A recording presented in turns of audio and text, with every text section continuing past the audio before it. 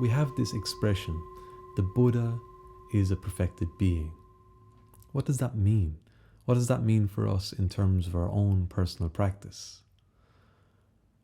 We can look at the statement and we can look at the words within the statement. We can begin with the word Buddha.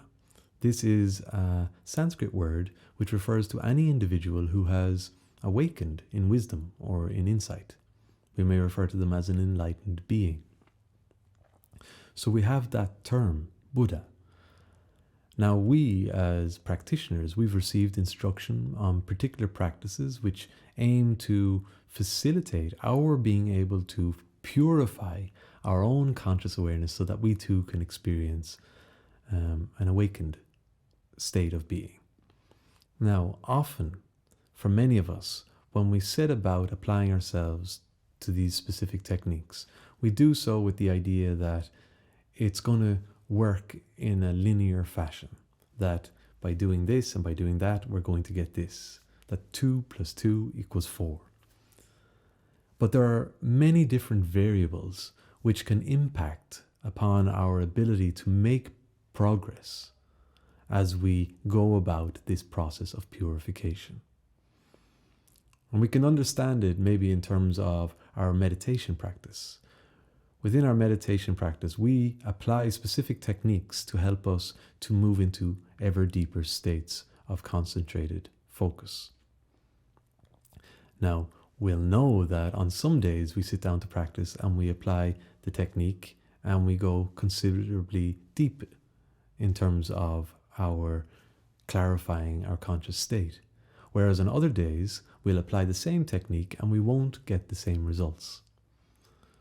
So although we're using the same technique, it doesn't necessarily mean that we're going to experience the same result. Over the long term, through our continued practice, we do facilitate our being able to experience extended states of conscious clarity.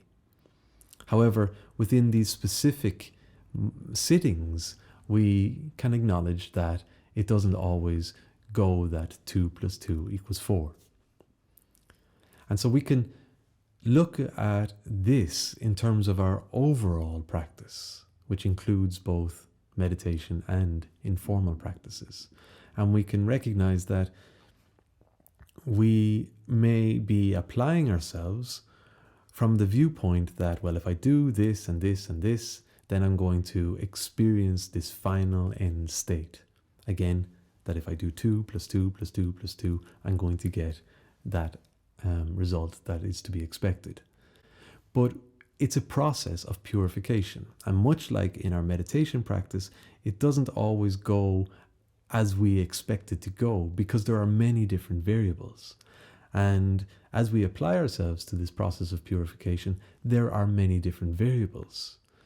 A key variable is that the state of clarity that we have when we arrive at these teachings is going to impact upon our ability to make sense of them, to really put them to use in the way that we can and in the way that's going to give the best results.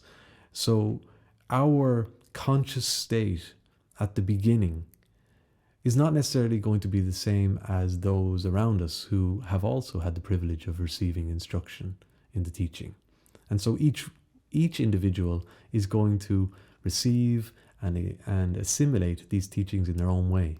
And they're also going to be able to apply themselves to the teachings to differing degrees. So the intensity of our practice is in direct proportion to where we are in terms of our purification, in terms of how clarified our conscious state is.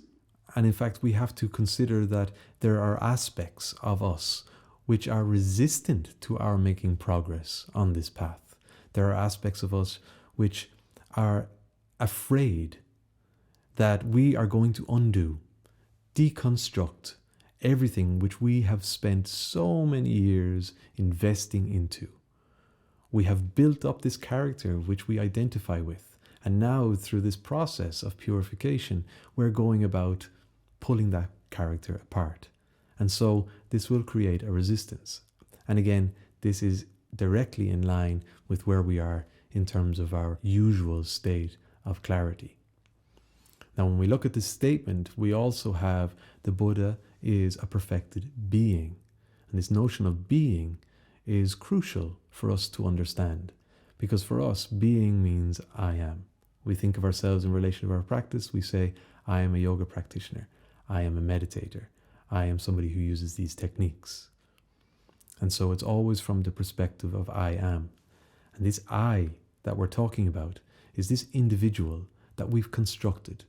It's this egocentric perspective which has been built up around a whole composite of differing factors. So they're based on our preferences, they're based on our opinions, our beliefs, our ideas, our memories, our experiences, through the different ways we form relationships with all of these different aspects of manifested reality, all of these different processes which are taking place. Through the manner in which we identify with each one of these, we use them as the building blocks to establish a sense of who we are.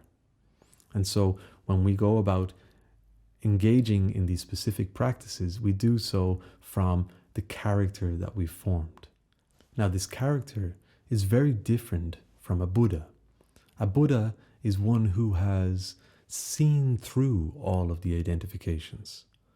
And so they're no longer engaging in the world simply from the perspective of I, who believes this and thinks this and has this opinion and this belief and this preference and this perspective. They're now engaging in the world from a perspective of awareness, where they're able to observe and witness what's taking place without being affected by it. And the reason they're not affected by it is because they no longer consider that constructed version of themselves as being what they are. They now recognize that the one that's observing is what they truly are. And they can observe the constructs while at the same time being unaffected by how these constructs are being challenged. So the whole process that we're engaging in as practitioners is to purify our conscious awareness so that we are able to arrive at a point where we can see through all of our constructs, where we can see through the manner in which the ego is clinging on to many, many different identifications so as to bolster up a sense of self, ordinary self. And then as a consequence of seeing through all of these identifications and instead considering ourselves from the position of awareness, we arrive at a state of beingness which is not dependent on any constructs or conceptualized notions. It's instead a pure state, a state of beingness.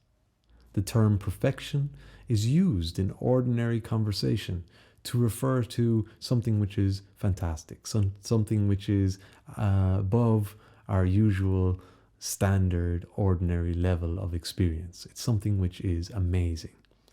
But this term is used in relation to another experience which is not amazing, not perfect. So we're using it to qualify our experience, which is based on our own egocentric individual perspective.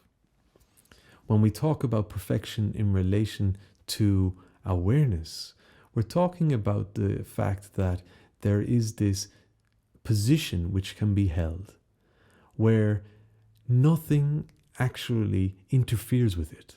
Nothing has the ability to cause it to change or to modify it in any way, because this position transcends everything that's going on. By the very nature of being able to abide in awareness, the practitioner abides in a position which is perfect, and where whatever goes on or takes place within manifested reality is not going to impact upon them, because they no longer see their ordinary self, the egocentric, constructed self, which is being pushed and pulled by everything that's going on. They no longer see this as who they are. They see themselves as being the awareness, which is a constant, and it's pure, and it's unmodifying, unchanging, still. And so perfection, or the Buddha as a perfected being, this is a state where perfection is not being described as part of a dual system. This is the use of the word perfection to describe that ultimate state.